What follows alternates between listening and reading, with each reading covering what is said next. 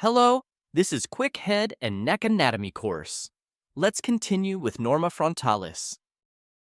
Norma frontalis is the anterior view of the skull. As we said before, we want to know in each norma its bones, sutures, foramens, and landmarks. Bones forming norma frontalis. Frontal bone, nasal bone, maxillary bone, zygomatic bone, and the mandible. Frontal bone. It is vertical and squamous, the term squamous meaning flat. Two nasal bones. Two maxillary bones. And two zygomatic bones. The mandible, as we know, it's the only moving bone in the skull. Sutures forming norma frontalis. Frontonasal suture, frontomaxillary suture, frontozygomatic suture, internasal suture, intermaxillary suture, and zygomaticomaxillary suture. Frontonasal suture is the junction between frontal bone and nasal bone, and there is one on each side. Frontomaxillary suture is the junction between frontal bone and maxillary bone. Also, there is one on each side. Frontozygomatic suture is the junction between zygomatic bone and frontal bone, and there is one on each side.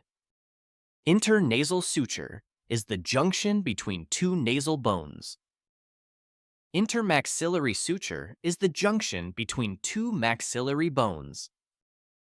Zygomaticomaxillary suture is the junction between zygomatic bone and frontal bone. Right? Not right. Wake up. It's the junction between the zygomatic bone and maxillary bone, and there is one on each side. Foramens and opening of norma frontalis. Small foramens, such as supraorbital foramen, infraorbital foramen, mental foramen, zygomaticofacial foramen, and there is one on each side, while the large foramens are opening, such as orbital cavity and anterior nasal aperture. Supraorbital foramen, also called supraorbital notch, which lies at the junction between medial 1/3 and lateral 2/3 of superior orbital margin. Infraorbital foramen, which lies 1 centimeter below the inferior orbital margin. Mental foramen lies in the middle of the body of mandible. In the past, when they were thinking, they were placed their hand on the mandible near this foramen, so they believed that this was the thinking area, so it was called the mental region, hence the name metal foramen.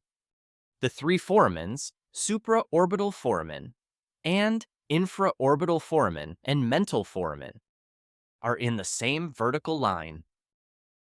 Zygomaticofacial foramen present in zygomatic bone. Orbital cavity is a large bony sockets that house the eyeballs. The orbital cavity surrounded by 4 margins, superior, inferior, lateral, and medial margin. The superior margin consists of frontal bone. The inferior margin consists of combination of maxillary bone and zygomatic bone. The lateral margin consists of frontal bone and zygomatic bone. The frontal bone part called zygomatic process of frontal bone, and the zygomatic bone part called frontal process of zygomatic bone. The medial margin consists of maxillary bone, also called frontal process of maxillary bone. Anterior nasal aperture. Superiorly to interior nasal aperture is the nasal bone. 2 nasal notches of maxilla meet at elevation. This elevation called anterior nasal spine. The anterior nasal spine is the median projection or elevation at upper end of intermaxillary suture. Middle nasal concave. Inferior nasal concave. There is a superior nasal concave which is not seen in norma frontalis, and the nasal concave is curled shelf of bone that protrudes into the breathing passage of the nose. A bony nasal septum. So the anterior nasal aperture have nasal bone above it. Two nasal notches of maxilla meet at elevation called anterior nasal spine, middle nasal conchae, inferior nasal conchae, and bony nasal septum. Special landmarks of Norma frontalis. The vertical part of frontal bone landmarks is frontal eminence, superciliary arch, glabella, nasion, and metopic suture. Two frontal eminences, the most prominent part of frontal bone. Two superciliary arches. The superciliary arch is a ridge above medial part of superior margin of orbital cavity. Glabella, smooth elevation between two superciliary arches. Nasion, depression below glabella, where both frontonasal and internasal sutures meet each other. Metopic suture, divides the frontal bone into two halves. The metopic suture ossified at 7 to 8 years.